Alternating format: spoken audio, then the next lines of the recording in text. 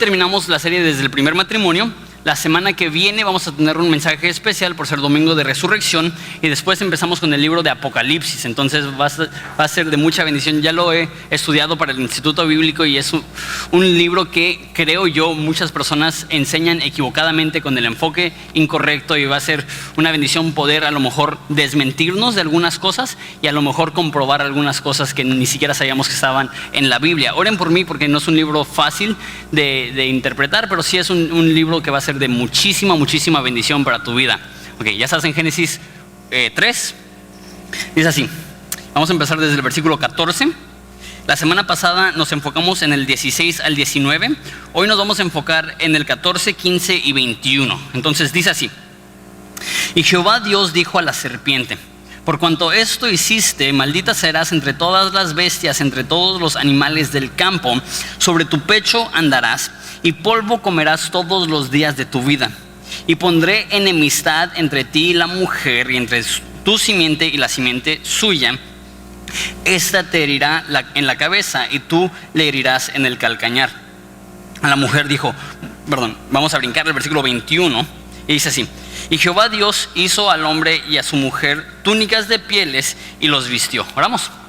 Padre, te damos gracias porque cada semana podemos estudiar tu palabra y no nos has dejado en oscuras. No nos dijiste, pues simplemente haz lo que queramos o simplemente haz lo que nosotros creemos que es correcto. Tú nos has dado instrucciones claras de cómo vivir. Y Padre, entiendo que el tema del matrimonio y el tema del amor y el tema del romance a veces es grato, pero también muchas veces sentimos un hueco en nuestro corazón por los errores que hemos cometido, por los errores que han cometido en contra de nosotros.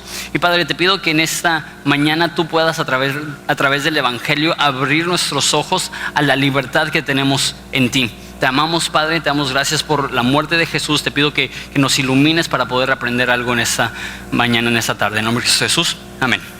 Ok. Primer pregunta que quiero responder, y lo respondí en la primera semana de Muéstrame tu Gloria. Ya me fui hace como 2 años atrás, de la primera semana desde el primer matrimonio. Y la pregunta es: ¿por qué dar una serie de 7 semanas en el matrimonio? Hay muchos solteros en la iglesia, hay mucha gente que no está casada. ¿Qué le vas a decir tú a gente que tiene 30 años de casado cuando tú apenas ya estás cumpliendo 3 años de casado? Y todas esas son preguntas válidas. Entonces les doy 2 razones por las cuales tuvimos esta serie de matrimonio. Primero, creo que es bastante obvio. El 90% de los humanos se casan. Entonces es un gran porcentaje. Entonces, aunque no estés casado, es muy posible que vas a estar casado en algún momento. Entonces eso es de beneficio no solamente para los casados, sino para los solteros. Y 2, obviamente el estar casado implica muchas cosas, y es tan importante saber lo que la Biblia dice acerca del matrimonio, que yo creo que obviamente es una buena inversión de 7 semanas estudiar lo que la Biblia dice acerca del matrimonio. Pero hay un motivo más grande que a lo mejor no les he hecho tanto hincapié porque quería enfocarme en eso en esta semana, y eso es que pocas cosas nos hacen tan conscientes de nuestras propias insuficiencias que el matrimonio. Hay pocas cosas que te pueden hacer, por un lado, sentirte tan bien de ti mismo, y por el otro lado, hacerte sentir tan mal de ti mismo. ¿Sí saben lo que estoy hablando? Hay veces en el matrimonio que dices, mi vida es increíble, y hay veces en tu matrimonio que dices, trágame tierra, que venga Jesús. Ya estoy listo para la serie Apocalipsis, no porque me interesa Apocalipsis, pero porque ya estoy harto de mi matrimonio. Y de hecho, no es plan con maña que tenemos una serie de el matrimonio y después una serie de la ira de Dios. No van de ninguna forma vinculados los dos conceptos, pero todos los que estamos casados pasamos por momentos en los cuales nuestro matrimonio es oscuro, difícil, y como dije, porque tenemos testigos, muchas veces sentimos que están sacando lo peor de nosotros, pero realmente es que nos estamos enfrentando como realmente somos, y puede ser un poco desesperante. Ahora, esto no es malo. Eso es lo que la gente más odia del matrimonio. La gente dice, yo quiero casarme para ser feliz, y a lo mejor en ocasiones vas a estar feliz, pero Dios nos dio el matrimonio, ¿se acuerdan? Para ser santos, para glorificar a Dios. Cuando Dios le dijo a Adán, no comas del árbol prohibido, es cuando dijo, él necesita ayuda idónea. O sea que el matrimonio fue diseñado para ayudarnos a caminar en santidad. ¿Y de qué forma nos ayuda a caminar en santidad? Muchas veces expone en nuestro corazón áreas donde estamos mal, áreas deficientes. Una vez más, no es malo. ¿Por qué? Porque cuanto más conscientes estamos de nuestros pecados, más fácil es llegar a Jesús en arrepentimiento. Entonces, en este estudio no me voy a enfocar tanto en el matrimonio. Me voy a enfocar más en qué tan malos somos. Bienvenidos a Horizonte. Y número 2, vamos a enfocarnos en qué tan importante es la cruz de Cristo para hallar salvación, no solamente del infierno, no solamente de nuestros pecados, sino también de Satanás y de nosotros mismos, que desesperadamente necesitamos que Dios nos sane. Ok, ¿de dónde saco el título de hoy, que es protoevangelio?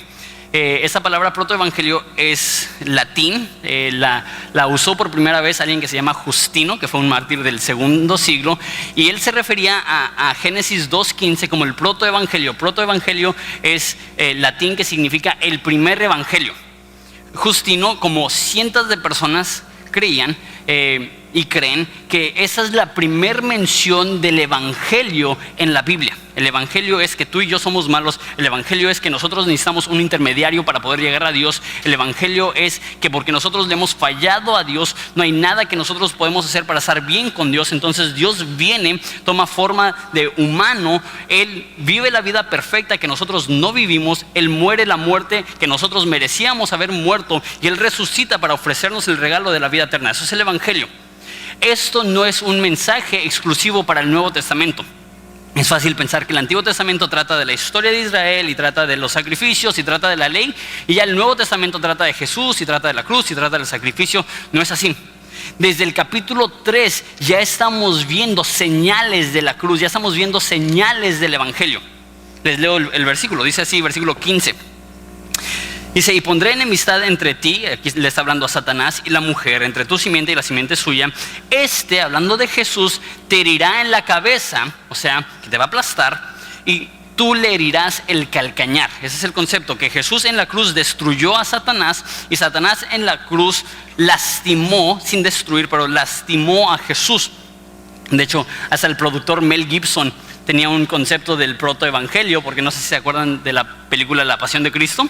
La primera escena, que es Jesús en el huerto aplastando la cabeza de la serpiente, ese concepto lo sacó de Génesis 3:15, es el protoevangelio. Okay. Pero vamos a retroceder un poquito, vamos a ver por qué es necesario este concepto de que Jesús debe destruir a Satanás. Recuerdan, y eso ya lo hemos mencionado varias veces, Génesis 2:25, de hecho toda la última parte de Génesis 2 narra la perfección que Dios había creado. Dice que todo era bueno en gran manera en Génesis 1, y en Génesis 2 dice que Adán dijo: eso es carne de mi carne, hueso de mi hueso, por esta razón dejará el hombre a su padre y a su madre y se unirá a su mujer, y ambos estaban desnudos y sin vergüenza. Entonces el matrimonio es perfecto, la intimidad es perfecta, la comunión es perfecta, la comida es perfecta, no hay dolor, no hay tristeza, no hay tragedia, no hay nada malo. De repente Génesis 3 llega, y por nuestro orgullo y por el orgullo de Satanás somos engañados en creer que no necesitamos a Dios y que por eso podemos comer del fruto prohibido para llegar a ser como Dios, para que nosotros podamos decidir qué está bien y qué está mal y no necesitar a Dios que nos mande. Y eso resultó en nuestra caída, eso resultó en nuestra maldición. Y cuando cae la humanidad, hay cierta responsabilidad que Dios le pone a Satanás. Le dice a la serpiente, lo leemos en versículo 14.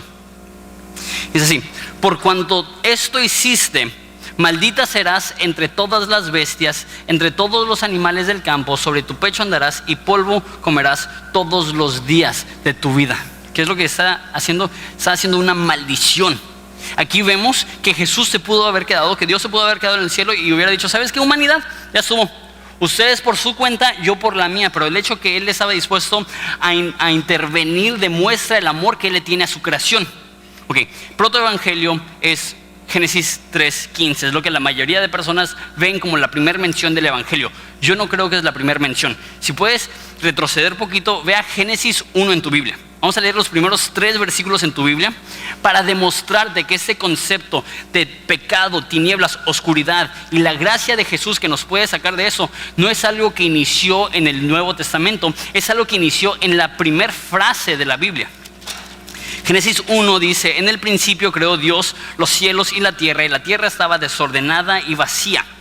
Ok, entonces Dios crea un ambiente en el cual puede haber oscuridad y puede haber vacío. Y las tinieblas están sobre la faz del abismo. No solamente creó un lugar donde puede haber desorden, dice que hay oscuridad, hay tinieblas. Él no crea tinieblas, Él no crea oscuridad, Él no crea la maldad. Dios es luz y en Él no hay tinieblas, si recordamos el libro de Primera de Juan. Pero crea un mundo en el cual pueden existir las tinieblas. Pero ¿cuál es el carácter y la naturaleza de Dios? ¿Qué es lo primero que nos dice la Biblia acerca de Dios? Y Dios dijo, sea la luz, y fue la luz. Esta es la esencia, ese es el carácter, esa es la personalidad de Dios. Él ve desorden. Dice que el Espíritu de Dios se movía sobre la faz de las aguas, que el Espíritu de Dios interviene. Y así como en el mundo estaba desordenado, vacío y oscuro, y el Espíritu de Dios llegó y dijo, sea la luz, y hubo luz, así también en nuestras vidas sin Cristo hay desorden, estamos vacíos y estamos viviendo en oscuridad, y Dios llega a nuestras vidas y dice, sea la luz. Esa es la primera mención, creo yo, del plan que Dios tiene para la humanidad.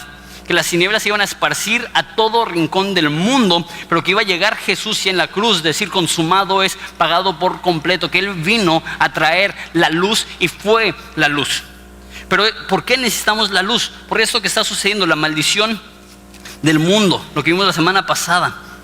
Ok, ¿qué es lo que le dice Dios a Satanás? A la serpiente le dice, serás maldita, sobre tu pecho andarás y comerás polvo todos los días de tu vida. Okay. Yo creo que esa es una maldición a la serpiente, pero más bien también es una maldición a Satanás, a la serpiente. Dice, sobre tu pecho andarás. Lo que podemos entender de eso es que antes del pecado la serpiente no andaba en el piso. De hecho, cualquier imagen que tengamos de una serpiente pre el pecado del mundo es una especulación. No tenemos ni idea de cómo era, pero no andaba sobre su pecho.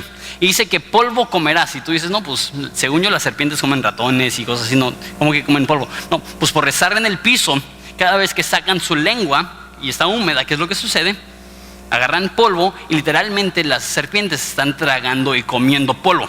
Eso es literal, eso es un castigo a la serpiente por ser usada por Satanás para engañar a Eva. Pero yo creo que más que un castigo para la serpiente, yo creo que este es un castigo para Satanás. Este concepto de comer tierra, yo creo que lo que está diciendo en pocas palabras, Satanás es un perdedor. De hecho, desde el principio de la historia está estableciendo eso. Satanás está bajo el dominio de Dios. O sea, muchas veces creemos que Dios y Satanás están a la par. Yin, Yang, el Dios del bien, el Dios del mal, el Dios de las luz, el Dios de las tinieblas, y ahí se están peleando, y pobrecito Dios que todavía no le ha podido ganar a su archienemigo. Pero no es así. De hecho, una de las frases favoritas en Apocalipsis mías es cuando llega un ángel y ni siquiera nos da el nombre. Dice, se le fue dada la llave del abismo y ató a Satanás por 1000 años. O sea, que cualquier ángel con el poder de Dios puede tomar a Satanás y atarlo. Satanás no está suelto porque Dios no puede con él. Satanás no está suelto porque Dios no tiene la suficiente fuerza para apresarlo. Satanás está suelto porque de alguna forma en el plan de Dios esto es las tinieblas que existen, pero un día lo va a destrozar y hasta ese momento sus días son contados. No solamente Satanás no es comparación con Dios, sino que un cristiano que tiene el poder de Jesucristo en él, le dice Pablo a la iglesia en Romanos que el Dios de paz aplastará a Satanás en breve bajo tus pies. ¿Qué es esta promesa? Que si dentro de ti como cristiano opera el mismo poder que resucitó a Jesucristo de los muertos, Satanás no puede destruirte. Al contrario, un día el Dios de paz aplastará a Satanás bajo nuestros pies. Satanás es un perdedor. Satanás no está a la par con Jesús. Satanás no tiene el poder que tiene Jesús. Desde el principio Jesús dijo, tú vas a comer tierra el resto de tu vida. Tú serás condenado a esto. Ten cuidado de que no creas que Satanás tiene el mismo poder que Dios tiene. Y es muy raro porque muchos cristianos viven con temor a que Satanás esto y Satanás el otro. Y yo digo, Satanás ya ha perdido. Satanás ya fue sentenciado. Continuamos, versículo 15. Pondré enemistad entre ti y la mujer, Yo antes pensaba que eso significaba que las mujeres le iban a tener miedo a las serpientes, aunque sí, muchas mujeres le tienen miedo a la serpiente, no es lo que está hablando. Porque mira lo que dice, no solamente entre ti y la mujer, sino, dice, entre tu simiente y la simiente suyo. Simiente es las descendencias, o sea, los hijos de la mujer, los humanos, van a tener ese conflicto con la serpiente. Una vez más, así como el arrastrarte sobre tu pecho y el comer tierra, no creo que solamente sea literalmente lo que pasó con la serpiente, también habla de que Satanás se está arrastrando ahorita y que Satanás está comiendo polvo. Así también creo que cuando dice pondré enemistad entre tu simiente y su simiente, no está hablando de hombres y una serpiente, una víbora, está hablando de hombres y Satanás, que la Biblia dice que estamos en una guerra espiritual. La Biblia dice que no estamos en una guerra contra carne y sangre, sino contra huéspedes de maldad, contra potestades y principados. Y esa es la verdad. Satanás es un perdedor. Satanás no tiene nada que ver con el poder de Jesús. Satanás podría ser destruido en cualquier minuto si Dios así quisiera. Pero al mismo tiempo, una persona que no tiene al Espíritu Santo dentro de él está totalmente a la deriva. La Biblia dice en 1 de Juan que todo el mundo está bajo el maligno. Y necesitas escucharme, necesitas prestar atención, y más si no eres cristiano, o más si tú sabes en tu corazón que pones esta máscara cristiana, pero realmente no vives conforme a las Escrituras, realmente no amas a Jesús, realmente no le has dado tu vida a Jesús. Si tú no tienes al Espíritu Santo dentro de ti, estás en una lucha con Satanás que no puedes ganar. Esa es una lucha con Satanás que vas a perder, que has perdido. Por eso dice la Biblia que todo el mundo está bajo el maligno. Dice en 1 de Juan que para esto se revelan los hijos del diablo.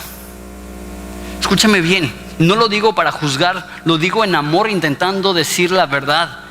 El estar neutral en la guerra es estar a favor de Satanás. No es que está el bien y el mal y nosotros estamos en medio, es que si no tenemos a Jesucristo dentro de nosotros, ya hemos cedido, ya hemos perdido la guerra. Y eso es lo que sucede, hay pleito, hay enemistad.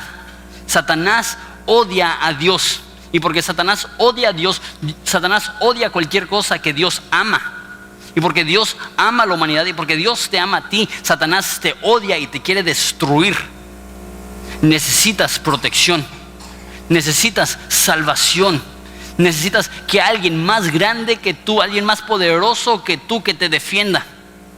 Por eso da esa promesa. Finales del versículo 15.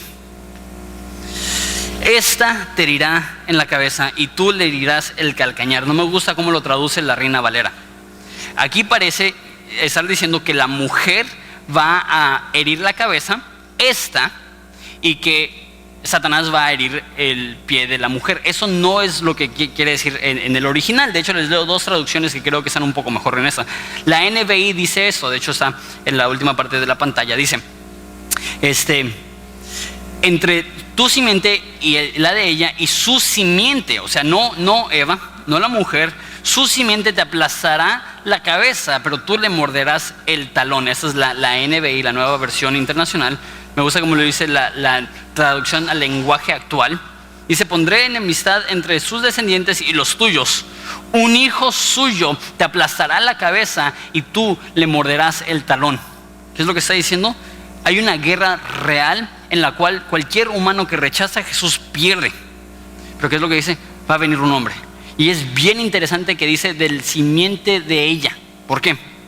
En esa cultura, en la cultura antigua, no se llevaban las descendencias por la mujer, se llevaban por el hombre. Puedes leer cualquier escrito antiguo y dicen, él era hijo de él, que era hijo de él, que era hijo de él, que era hijo de él, y no incluyen a las mujeres. Eso era simplemente cómo se hacía en ese entonces. Pero el hecho que dice a la mujer de tu simiente, y no le dice a Adán de tu simiente, sino que le dice a la mujer, demuestra algo interesante, algo raro. Cualquier persona hubiera leído eso y dice, ¿cómo que de la simiente, del simiente de la mujer? ¿No sería más bien del hombre? Y yo creo que posiblemente esa es la primer mención, o a lo mejor no mención, pero la primer pista al nacimiento virgen de Jesús. que Jesús iba a nacer de una mujer, pero no de un hombre, que Dios iba a ser el que iba a ser el padre de Jesús, que iba a ser un nacimiento virgen. Dice que de tu simiente, ¿qué iba a pasar? Alguien iba a venir que iba a aplastar la cabeza de la serpiente, alguien que iba a venir, que iba a aplastar a Satanás. ¿Y qué es lo que iba a pasar? Aquí dice, tú le morderás el talón, o sea que eso es lo que sucedió en la cruz. Satanás fue destruido definitivamente, pero Satanás mordió la parte más humana de Jesús. En la cruz Jesús sufrió, en la cruz Jesús fue herido, en la cruz Jesús tuvo este dolor. Hablando de Génesis 3:15, Martín Lutero dice lo siguiente: en este texto abrazamos y entendemos todo lo noble y glorioso que se puede encontrar en las Escrituras. Qué padre. Está diciendo, ¿quieres saber de qué se tratan las Escrituras? ¿Quieres saber cuál es el enfoque de las Escrituras? Que Satanás será destruido por Jesús. Una vez más, si no eres cristiano, o si eres cristiano, necesitas saber que antes de ser cristiano tú vivías bajo el dominio de Jesús. ¿Y qué es lo que hizo Jesús?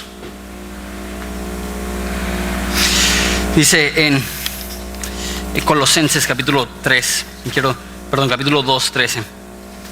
Entonces, en la cual, recuerda, hay una lucha espiritual entre Satanás y el hombre siempre pierde.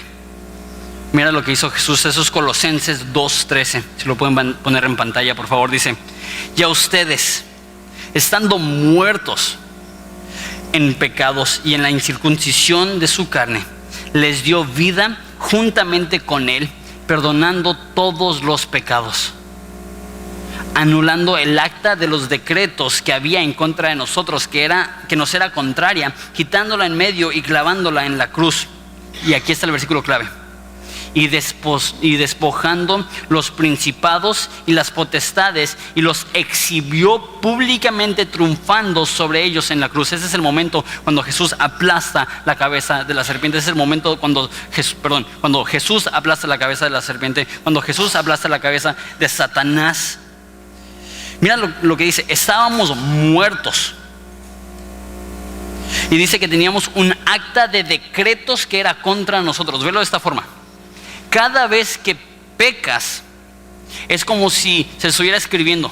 Okay, tal persona hizo esto, tal persona hizo esto. Entonces todas las cosas malas que has hecho están escritas.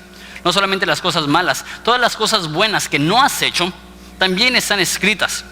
Y un día vamos a llegar y vamos a tener que rendir cuentas por eso. Vamos a estar ante un juez justo, perfecto, y va a tener un acta de decretos. Es decir, eso hiciste, eso hiciste, eso hiciste, eso hiciste. A lo mejor tú estás aquí y tú no crees en lo que dice la Biblia, tú no crees en una moralidad general. No, sí, resto. Vamos a decir que todas las veces que tú has dicho en tu vida, no me gusta esto, o estoy en contra de esto, o esto me parece mal. Si se escribiera una lista todas las veces que tú dijiste, eso no me parece, y en otra lista se escribiera todas las veces que tú hiciste las mismas cosas que tú dijiste que no te gustan, y te juzgaran en el último día, no por la ley perfecta de Dios, por tu ley, por todo lo que tú has dicho, eso está mal, eso está mal, eso está mal, eso está mal. Imagínate, si te juzgaran por tu propia ley, si me juzgaran por mi propia ley, por lo que yo creo que es correcto e incorrecto, yo sería culpable, tú serías culpable. Ahora imagínate la ley perfecta de Dios. ¿Qué tan larga sería tu lista? ¿Qué tan larga sería mi lista? Dice Spurgeon que la mente más brillante no puede contar ni los pecados de un día. Ahora imagínate de toda la vida que hemos transgredido la ley de Dios, hemos ofendido a Dios, hemos blasfemado el nombre de Dios, y lo que merecemos es que se presente esta lista al final de los tiempos y que nos digan, hizo esto, esto, esto, y quién sabe cuántas horas tomará leer esta carta. Eso es un problema. ¿Y qué es lo peor? Satanás significa acusador. De hecho, en Apocalipsis dice, le llama el dragón el acusador de los hermanos. Satanás tiene acceso a esa lista y siempre te está diciendo, tú eres esto, tú eres esto, tú eres esto, tú eres esto. Y va ante Dios, ante el trono, y dice, Él hizo esto, Él hizo esto, Él hizo esto, Él hizo esto. Y constantemente nos está acusando, constantemente nos está atacando. Ok, ¿qué es lo que hizo Jesús? Escucha esto. Jesús anuló el acta de decretos que había en contra de nosotros y la clavó en la cruz. Imagínate la lista. Quita tu lista, el pergamino, la enciclopedia. Toma eso, lo clava al madero y dice, ya estuvo. Jamás lo volveré a abrir, jamás lo volveré a ver. Esos tus pasados presentes, pasados y futuros. Cualquier cosa que has hecho mal ya está escrita, pero al mismo tiempo ya fue borrada, ya fue eliminada, ya fue desechada. Si esto es cierto, Dios no tiene nada en contra tuya. Mira lo que dice acerca de Satanás. Dice, al hacer esto, dice, despoja a los principados. Otra traducción dice, le quita las armas. O sea, ya no tienen con qué atacarte. Ya es un león sin dientes. Despojó a los principados y las potestades y los exhibió públicamente, burlándose de ellos. Triunfó de ellos sobre la cruz. Por eso dice la Biblia que no hay condenación alguna a los que están en Cristo. ¿Por qué? Porque cualquier cosa que te culpaba, cualquier cosa que te hacía culpable, Dios ya lo borró. Dios ya lo perdonó. Dice en Romanos 8, ¿quién acusará a los elegidos de Dios? Es Dios el que justifica. Si Dios es el juez perfecto y Él dice limpio, y Él dice perdonado, y Él dice santo, ¿en qué corte te pueden juzgar? Si el juez más alto, el Rey de Reyes, Señor de Señores, ha anulado el acta de decretos, se ha burlado públicamente, ha exhibido públicamente a las potestades que estaban en contra nuestra, ¿quién nos podrá condenar? ¿Quién podrá acusar a los elegidos de Dios? Es Dios el que justifica. ¿Quién se atreve? Satanás ya no puede. Satanás ya no te puede culpar. ¿Por qué? Porque cualquier cosa de la cual te pueda culpar ya fue limpiada en la cruz de Cristo. Dios no te va a culpar. ¿Por qué? Porque eso es lo que significa ser justo, que Él ya no ve tus pecados y que Él te trata como si fueras perfecto. Y si Satanás ya no te puede culpar, y si Dios no te va a culpar, no tienes que llevar esta autocondenación, no tienes que llevar esta autoculpa. No eres un juez más alto que Dios. Si Dios te perdona, puedes vivir en libertad, puedes disfrutar los regalos que Dios te da. Escúchame bien, si esto es cierto, si Jesús despojó las potestades y los principados sobre la cruz, Satanás no tiene dominio sobre ti. Satanás no tiene autoridad sobre ti. Tú no le rindes cuentas a Satanás, tú no le rindes cuentas al enemigo. Y lo decimos seguido porque es tan contrario a lo que dice la Biblia. Pero un cristiano no puede ser poseído por un demonio. ¿Por qué? Porque Él ya los despojó. Él ya se burló de ellos públicamente. Él ya quitó el acta de decretos que estaba en medio de nosotros. Lo digo de esa forma. Jesús en la cruz se humilló de una vez. Jesús en la cruz humilló y de una vez y por todas destruyó la obra de Satanás en tu vida. Satanás ya no puede contra ti. ¿Por qué? No porque tú seas una gran persona, no porque tú seas más poderoso que Él, porque Dios te ha perdonado. Y si Dios, que es más grande que cualquier cosa, te ha declarado justo, ¿quién es Satanás para venir y decirte lo contrario? ¿Y qué tiene esto que ver con matrimonio? Chale, Jonathan, está padre, pero pensé que era desde el primer matrimonio. Esto lo cambia todo. Si realmente crees que Satanás no tiene dominio de tu matrimonio, va a cambiar la forma que ves tu matrimonio. Si realmente crees que Dios te ha perdonado todo lo que has hecho, va a cambiar la forma que tratas a tu esposa. Y si realmente crees que Dios le ha perdonado a tu esposa todo lo que ella ha hecho, vas a tratar diferente a tu esposa. Esto lo cambia todo. Esa no es simplemente una cuestión dentro del cristianismo. Esa es la cuestión más importante que define todas las otras cosas. Si esto es cierto, nada será igual. Si esto es cierto, todo cambia. Okay. Jesús, y lo tienes que creer, Jesús destruyó, Jesús humilló a Satanás, Jesús terminó de una vez y por todas la obra de Satanás en tu vida. Si eres cristiano. Si no, sigues bajo el maligno y la única salvación, la única esperanza es que vengas a Jesús. Seguimos en Génesis 3, ahora baja al 21. Porque tenemos un enemigo que se llama Satanás. Y es un enemigo terrible, pero gracias a Dios Él pudo triunfar. Y gracias a Dios un día nosotros aplastaremos en breve a Satanás bajo nuestros pies. Tenemos el enemigo de Satanás. Dios nos salva del infierno, Dios nos salva del pecado, Dios nos salva del diablo. Pero algo que pocas veces se habla es que Dios nos salva de nosotros mismos. Versículo 21, dice así: y Jehová Dios hizo al hombre y a su mujer túnicas de pieles y los vistió. Okay. Eso lo está diciendo porque anteriormente se habían hecho hojas de una higuera. Okay. La palabra aquí, cubrir, es la palabra en griego. Se ve como si se dijera copar, pero es copur. Entonces, si conoces algo de la cultura judía hasta hoy en día, el día más sagrado para el judío se llama Yom Kippur, que es el día de expiación. ¿Qué significa Kippur? Kippur literalmente significa cubrir, pero es la palabra que se usaban cuando sacrificaban a un animal y cuando decían que la sangre cubría el pecado de esas personas. Entonces es bien interesante que la palabra que usa para taparlos es la misma palabra que se usa cuando un animal es sacrificado y dicen que este animal ha cubierto, ha tapado los pecados de los que han pecado. Entonces lo que está haciendo aquí, creo yo, es que está haciendo un contraste entre copar, cubrir con este animal, y lo que ellos hicieron que es taparse con las hojas de la higuera, que yo creo que representan el rotundo fracaso humano de tapar su pecado y borrar su vergüenza. ¿Se acuerdan? Ellos pecan, ¿y qué es lo que hacen?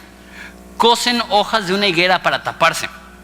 No sé si has visto una higuera, o más bien hojas de una higuera.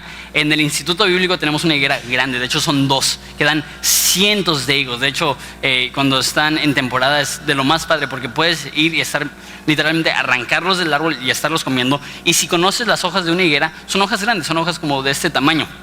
Ahora, no sé cómo las cosieron, pero las cosieron de alguna forma y se taparon. Ahora mi pregunta es, ¿qué tan temporal es esa vestidura? Y es muy raro el concepto de hojas de la higuera. De hecho, si no sabes qué es una hoja de la higuera, es lo que usan en el arte del Renacimiento, cuando tienen todos los monos desnudos y les ponen una hojita de la higuera. Eso es el concepto mínimo del arte moderno. Pero tomaron esas hojas y se taparon. No solamente eso, son hojas bien ásperas. Digo yo, ¿cuánto tiempo pensaban que les iba a poder tapar? ¿Cuánto tiempo pensaban que iba a poder cubrir su vergüenza? Hojas. Sin embargo, creo yo que eso representa el fracaso humano al querer tapar su propia vergüenza. Cuando tú pecas, sientes vergüenza. ¿Por qué? Porque has pecado contra Dios, has ofendido a Dios. Cuando tú pecas, sientes vergüenza, y hay diferentes cosas que usamos para taparnos, para no sentirnos tan mal, para no sentir tanta vergüenza. Yo creo que muchas personas se tapan detrás de las buenas intenciones, detrás de las buenas obras, detrás de la religiosidad, detrás de la moralidad. Spurgeon, la tercera vez que lo cito en este sermón, Spurgeon dijo que el camino al infierno está pavimentado de buenas intenciones. Hay muchas personas que se sienten culpables y se quieren tapar con la hoja de venir a la iglesia. Pues vengo a la iglesia, no soy tan malo. Hay muchas personas que se quieren tapar con la hoja de memorizar la escritura. Pues leí la Biblia, Dios, ya no me siento tan mal, ya no siento tanta vergüenza. Hay muchas personas que se quieren tapar dando su diezmo, dando su ofrenda. Dios ya di, Dios ya cumplí, Dios, yo ya no me siento tan mal. Y la pregunta yo creo que tenía Dios es, ¿cuánto tiempo crees que va a durar eso? ¿Cuánto tiempo crees que eso va a poder tapar tu vergüenza? ¿Cuánto tiempo crees que eso va a poder tapar tu culpa? Es increíblemente temporal. Igual contigo. Cuando pecas te sientes mal. Y sé que lo has hecho porque yo lo he hecho, y yo creo que es parte de todo humano. Dios, la regué, pero ahora sí te prometo que nunca voy a fallar a la iglesia. Dios, la regué, pero ahora sí te prometo, todos los días voy a leer la Biblia.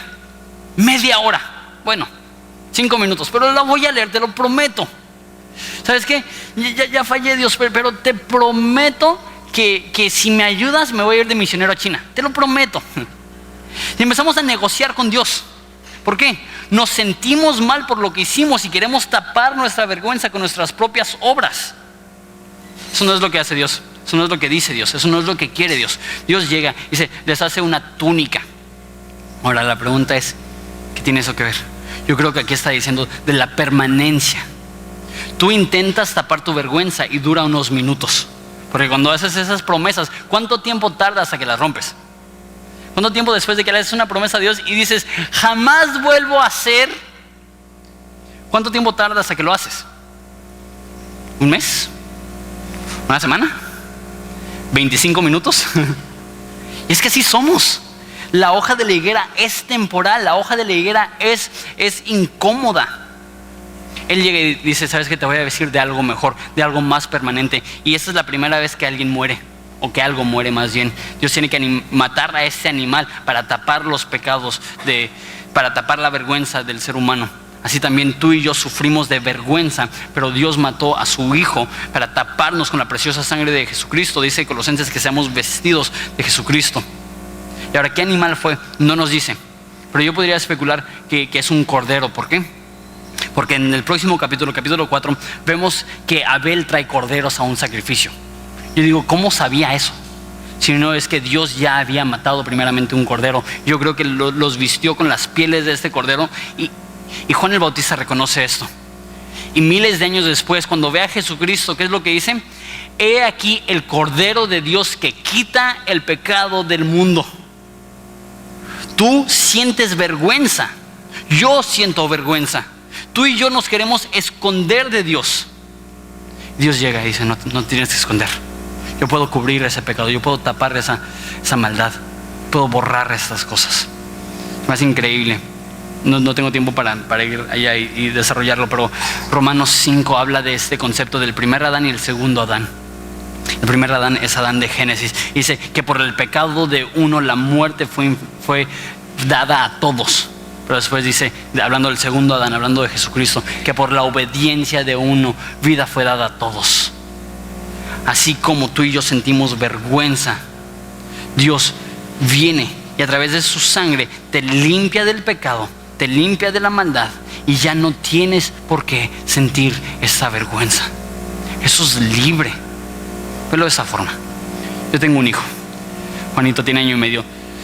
Cuando él hace algo que no debe, mi deseo es restaurar la relación, no disolverla, no destruirla.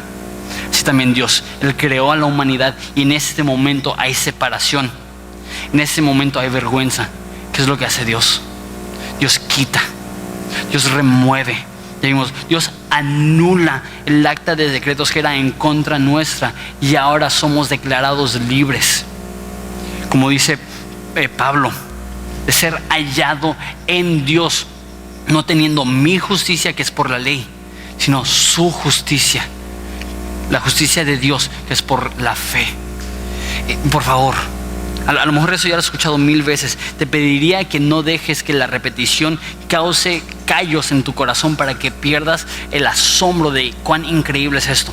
Pero posiblemente sé que hay mucha gente que está llegando a Horizonte, sé que hay muchas personas que son nuevos, sé que hay muchas personas que a lo mejor nunca han considerado esto. Si eres cristiano, Dios ha removido tu pecado. Dice el salmista que has removido mi transgresión, tan lejos es al oriente del occidente. Dios ya no ve la maldad que hay en ti. Dios ya no ve los pecados que cometiste. Dios ya borró cualquier iniquidad. La Biblia dice que si nuestro pecado era rojo como el carmesí, será hecho como la blanca lana. Y así como fue cubierto Adán de su vergüenza, así también nosotros podemos ser cubiertos, no por un animal que dura una vida, sino por Dios, el Hijo de Dios, que durará toda la eternidad. De aquí en adelante somos limpios. De aquí en adelante somos puros. De aquí en adelante no tenemos de qué avergonzarnos. Y hasta se escucha raro, porque estamos tan acostumbrados a coser hojas de la higuera que decimos, pues Jonathan, necesito esta vergüenza, necesito esta pena, necesito sentirme mal. Si no, ¿por qué voy a ir a la iglesia? Voy a la iglesia porque me siento mal y me quiero sentir cerca de Dios. Y si me quitas eso, pues ya, ¿para qué leer la Biblia? Si ya no me siento culpable, ¿para qué darle a la iglesia? ¿Para qué servir? No te estoy diciendo eso para quitarte la motivación, te estoy dando eso para darte la mejor motivación, que es cómo no amar, cómo no servir, cómo no tener comunión con un Dios que dio todo por ti, por un Dios que te puede limpiar, por un Dios que te quiere limpiar. El concepto de Kippur es esto, es expiación, es tapar, es limpiar, es borrar. Dios borra tus pecados. Dios te trata como si nunca hubieras pecado, y Dios te trata como si tú fueras tan santo y perfecto como Jesucristo. Y tienes que creerlo, tienes que creerlo.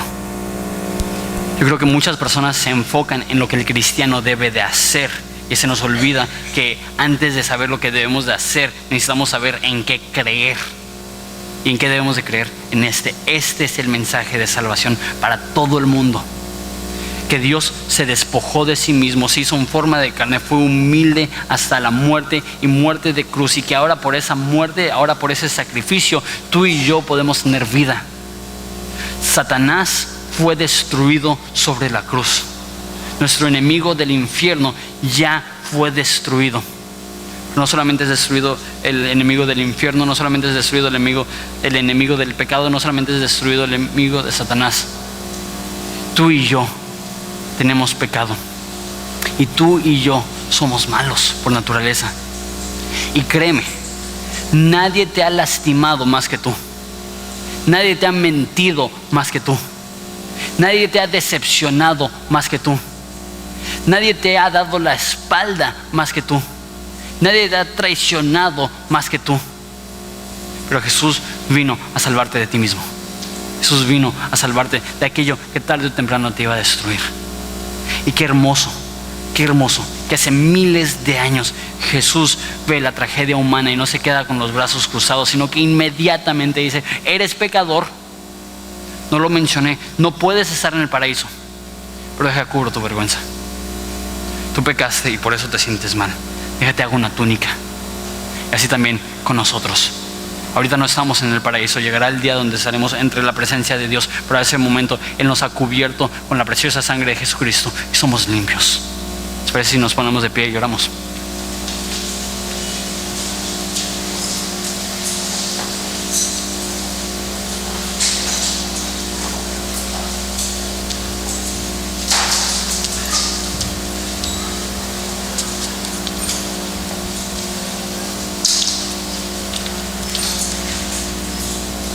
Voy a pedir a todos que cierren sus ojos.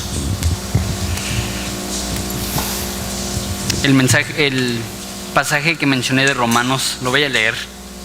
Dice: así que como por la transgresión de uno vino la condenación a todos los hombres, de la misma manera por la justicia de uno vino a todos los hombres la justificación de vida.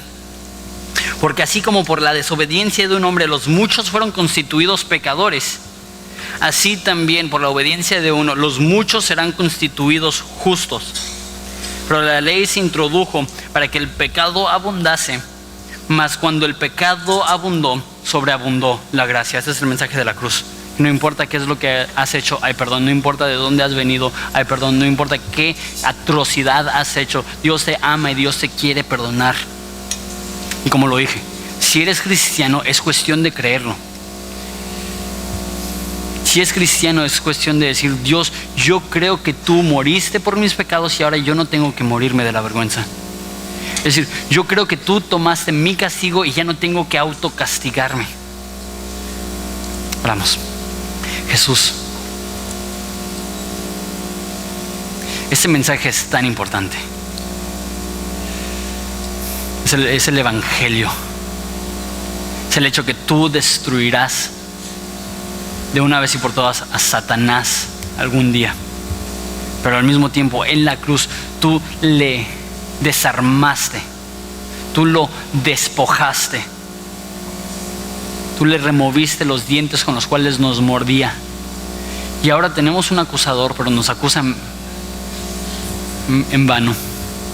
Ahora tenemos una persona que nos está tentando, pero si permanecemos en ti nos tienta en vano. Y tenemos una persona que nos odia, pero ni siquiera nos damos cuenta porque tenemos un Dios que nos ama. Jesús, Te ruego por los corazones de cualquier persona aquí que no te conoce. Te ruego que ellos puedan ver que eso no solamente es de vida o muerte, que eso es una cuestión de cosas eternas. Aquí decidimos a qué Dios adorar. Aquí decidimos a quién le vamos a ser fiel. Aquí decidimos quién tomará el primer lugar en nuestro corazón. Padre, no sé cuántas personas están aquí y simplemente no te conocen.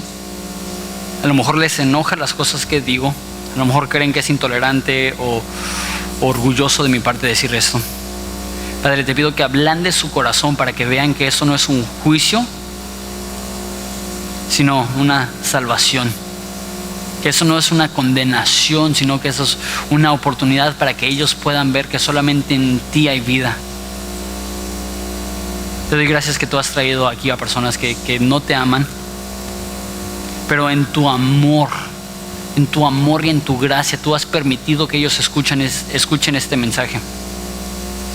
Padre, te pido por aquellas personas que a lo mejor se han enfriado, que a lo mejor ya no tienen la entrega que tuvieron en algún momento. Padre, te pido que no permitas que su corazón se llene de culpa. Permite que su corazón se llene de agradecimiento por lo que ya has hecho, y que ese agradecimiento les lleve a ser personas entregadas a ti. Padre, tú dijiste que levantarás a tu Hijo y atraerás a todos a ti. Y Padre, queremos exaltar a Jesucristo.